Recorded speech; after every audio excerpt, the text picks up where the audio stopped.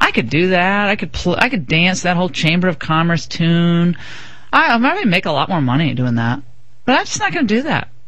What he said was just rubbish. And when he's asked a simple question, good for Megyn Kelly, by the way, what was the question? Knowing what we know now, not if you were in the same exact circumstance as your brother, would you have authorized this war? No.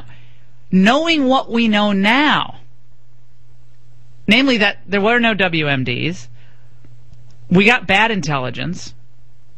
If you had known all those things, would you have... He said, yes, I'd still authorize the war. That, in my mind, reveals, it's a sneak peek as to what Jeb is going to face come general election should he win the nomination. Megyn gave him a little taste of that, but it's going to go way beyond.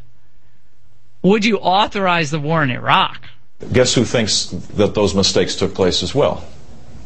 George W. Bush. Your brother. Yeah, I mean, so just for the newsflash to the world, if they're trying to find places where there's big space between me and my brother, this might not be one of those. But you were just answered the question. She said, knowing what you know now, would you still authorize the invasion? To which he said, yes, I would. Well, they're all faulty, and so would Hillary. No, Hillary wouldn't. Hillary wouldn't authorize the war now if she knew what she knew now then. No, of course not. But look, that's just a fun hypothetical, but you have to say no to that. You can't say, yes, I still would have gone into Iraq.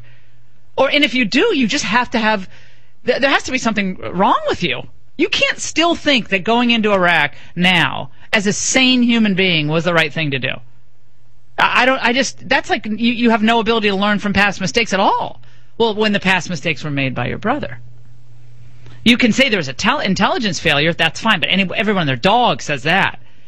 But Jeb, if he's truly his own man, which he claims to be, that's before he brought on the former CIA director, before he brought on Paul Wolfowitz, the whole crowd is back. It's hometown. It's like, what do they call it? The old reunion. It's reunion time at the Bush War Room. They're all back. But if you're going to truly be your own person, you have to say, of course I wouldn't invade. But obviously that's not how the world works. We did the best with what we had at the time, the intelligence that we had. But no, I wouldn't invade now, knowing what we know. No, I wouldn't. Maybe you can't say that because then future commander-in-chief, people are going to think I did all this for nothing. I sacrificed, I lost my son, I lost my daughter. Maybe that's what was motivating him. But I think he's going to be in this box that the media are going to put him in, especially Hillary, her team, will put him in during the campaign. That's why we need to turn the page. Got to turn the page here. We cannot stay in this relitigating the Bush years again.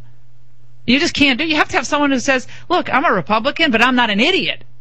I'm not stupid. I am a conservative, and I learn from the past, and I improve myself.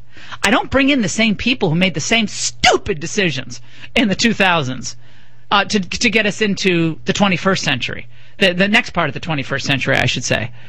So come on. I mean, we can learn, but it's hard when it's your brother. You don't go down there. Hard. He's your brother.